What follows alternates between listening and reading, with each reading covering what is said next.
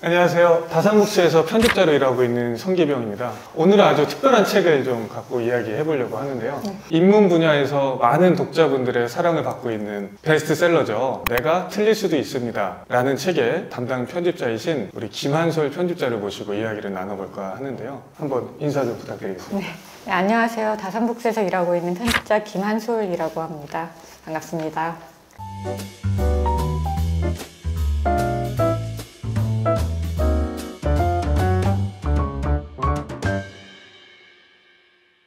책을 처음 나왔을 때 제목이 참 인상적이었습니다. 네. 내가 틀릴 수도 있습니다. 사실 그런 생각 많이 안 하잖아요, 사람들이. 항상 내가 맞다, 내가 옳다라고 생각하는데 네. 이 책의 제목이 어떻게 만들어졌는지 궁금해요. 이 책의 제목은 원래 원제 그대로예요. 스웨덴에서도 내가 틀릴 수도 있습니다 라는 제목을 갖고 있었고요. 저작권사에서 이제 레터를 돌린 거를 읽고 저는 이 책을 발견하게 됐는데 제목에서 가장 눈에 띄었고 제목 때문에 사실 이 기획이 시작되었다고 보면 될 것 같습니다.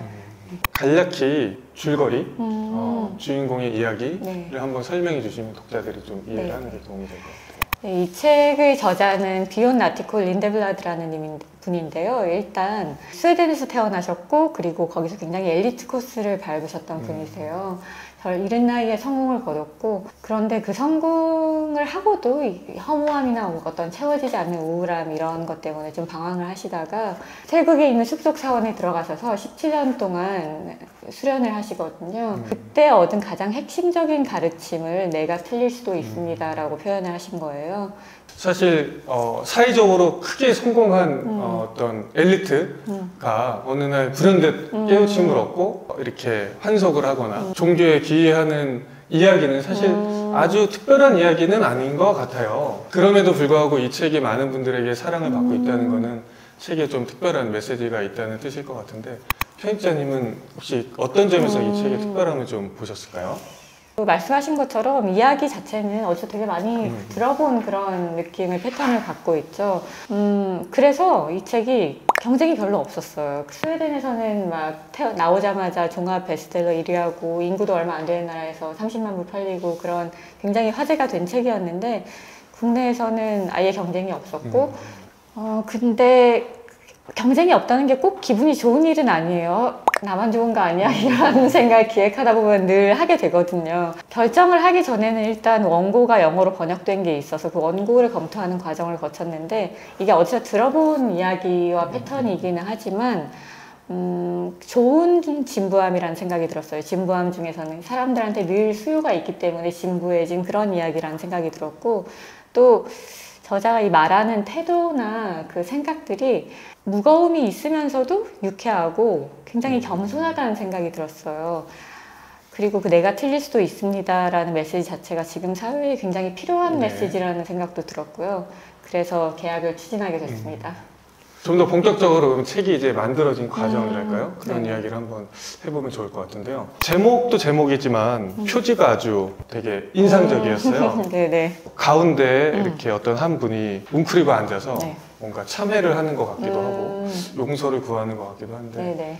표지가 선택된 배경도 되게 궁금해요. 토마스 산체스라는 남미에서 굉장히 유명한 화가분의 작품이에요. 내지에도 이 토마스 산체스 작가님의 작품을 다양하게 실었거든요. 이 작품은 경배예요. 실제로는 훨씬 더 큰 그림의 일부거든요. 소표지에 이 그림 전체가 나와 있어요. 근데 그 그림에서 이 약간의 일부를 확대해서 표지에 쓴 거거든요. 저는 이 표지 시안을 보고 이거인 것 같다 이런 직감을 느꼈거든요. 전 솔직히 말하자면 저 빼고 다 싫어하셨어요. 진짜 팀장님도 이 너무 어둡고 우울해요 이러시고 그리고 대표님도 이게 뭐야 이런 반응이시고 마케팅팀도 갸우뚱하고 그런데 저는 이게 그 내가 틀릴 수도 있습니다 라는 말이 좀 더 깊은 의미를 갖고 있다는 걸 자연스럽게 표현하는 표지라고 느꼈던 것 같아요. 그런데 또 제가 그렇게 느낀다고 회사에서 하는 일인데 무조건 결정을 할 수는 없잖아요. 일단 이럴 때는 일종의 저희 회사에서 앙케이트를 관례처럼 하게 그쵸. 되는데요. 그 하나는 이제 블로그에 시안들과 같이 올려서 블로그를 찾아오는 분들께 투표를 받아보는 거고, 또 다른 한 가지는 저희 편집부가 수십 명 되거든요. 거기를 돌면서 한 명 한 명 의견을 받아요. 그런데 저는 이게 투표라고 불렀지만 다수결로 결정을 하지는 않아요. 제가 그렇게 다수결로 결정하지 않는 이유 중에 하나는 책을 사는 사람들과 입장이 똑같을 수는 없다고 생각하거든요. 그러면 어떻게 이 데이터를 쓰냐? 사람들이 이 표지에 대해서 어떻게 반응하는지 관찰을 하는 것 같아요. 이 표지 같은 경우는 이건 절대 안 돼 라고 신영대님도 그렇게 말씀하셨어요. 제가 그랬잖아요. 아, 네네. 이건 절대 안 돼 라든지 혹은 이거지. 다른 거 볼 필요도 없어. 이 둘 중에 하나로 완전히 갈리더라고요. 근데 전 그걸 어떻게 해석했냐면, 일단 인상적이다. 어떻게든 눈에 들어간다. 로 해석을 했고, 그리고 좋아하는 사람들은 아주 좋아한다. 그래서 제 마음대로 했어요. 결과적으로는. 제목이나 카피나 표지를 결정 내리기 어려울 때 흔히 쓰는 방법이 이제 앙케이트 투표인데, 사실 그걸 정량적으로 접근하다 보면은 이게 비슷한 수가 나올 때도 있고, 그쵸. 또 애매한 수가 나올 때는 사실 하나마나하다는 생각도 들 때가 있거든요. 근데 그럴 때 편집자님은 그 사람의 반응, 그러니까 어떤 감정을 느꼈는지, 얼마나 그 사람이 깊이 있게 인상적이었는지를 평가의 척도로 쓴다는 게, 저도 편집자로서 나중에 한번 참고해야겠다 네. 이런 생각이 들었고요. 네. 마지막 코너로 우리 편집자님이 직접 독자평들을 선정해가지고 좀 직접 우리가 읽어주는 시간을 좀 가져보면 어떨까 합니다. 읽다가 눈물이 고인 책은 오랜만이다. 삶을 사랑하는 사람이 죽음을 앞두고 초연해지는 태도 앞에서 나 역시 경건해질 수밖에 없었다. 마음이 따뜻해지기도 하고 슬프기도 하고 많은 생각이 스쳐갔다. 저자가 분명 보통의 삶을 살지 않았지만 나와 같은 평범한 인간적인 면모를 많이 가지고 있다는 걸 계속해서 알려주고 싶어하는 게 느껴져서 나도 언젠가는 그처럼 깨달은 존재가 될 수 있다는 자신감이 생겼다. 야, 이런 나도 했으니까 너도 할 수 있어. 이런 느낌. 야나도 이런 느낌으로. 네, 개인적으로 굉장히 좋았던 게, 네.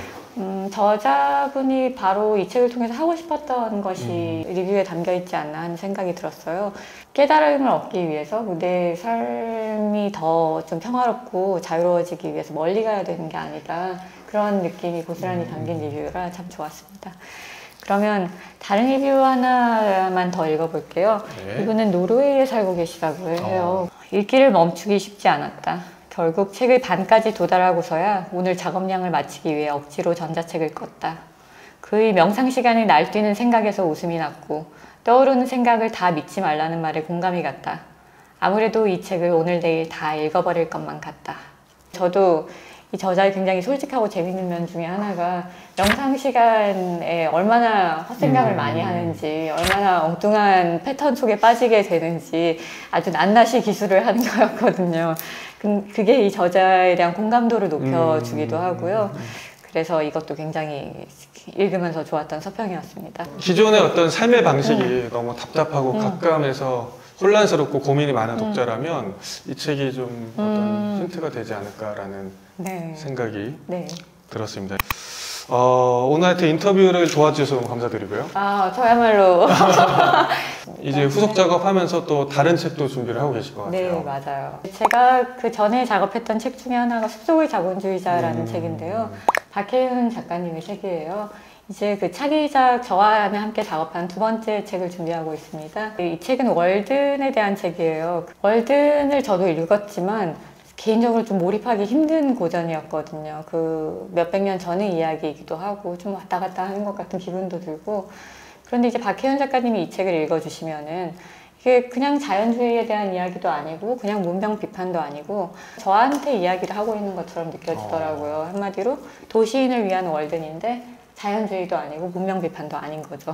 그래서 굉장히 마음의 환기가 되고 늘 알고 있다고 생각했던 것들을 완전히 다르게 볼 수 있는 그런 메시지들이 가득 담겨 있습니다. 저도 큰 기대를 하겠습니다. 저도 그 책을 읽어봤는데 이 내가 틀릴 수도 있습니다 라는 책을 또 재밌게 읽은 분이라면 또 그 박혜원 작가님 새로운 차기작도 또 새로운 삶의 어떤 고민을 안겨줄 책이 되지 않을까 싶습니다. 자, 오늘 내가 틀릴 수도 있습니다라는 아주 재밌는 책을 갖고 이야기를 나눠봤는데요. 오늘 자리해주신 김한수 편집장님 너무 감사드리고요. 책을 읽고 또는 이 영상을 보고 어떤 고민이나 생각이 드시는 게 있으면 저 유튜브 댓글 남겨주시면 저희 편집장님 꼼꼼히 다 읽어보시니까요. 많은 의견 남겨주시면 정말 큰 힘이 될 것 같습니다. 끝까지 시청해주셔서 감사드리고요. 그럼 다음에 더 재밌는 책으로 돌아오도록 하겠습니다. 네. 감사합니다. 감사합니다.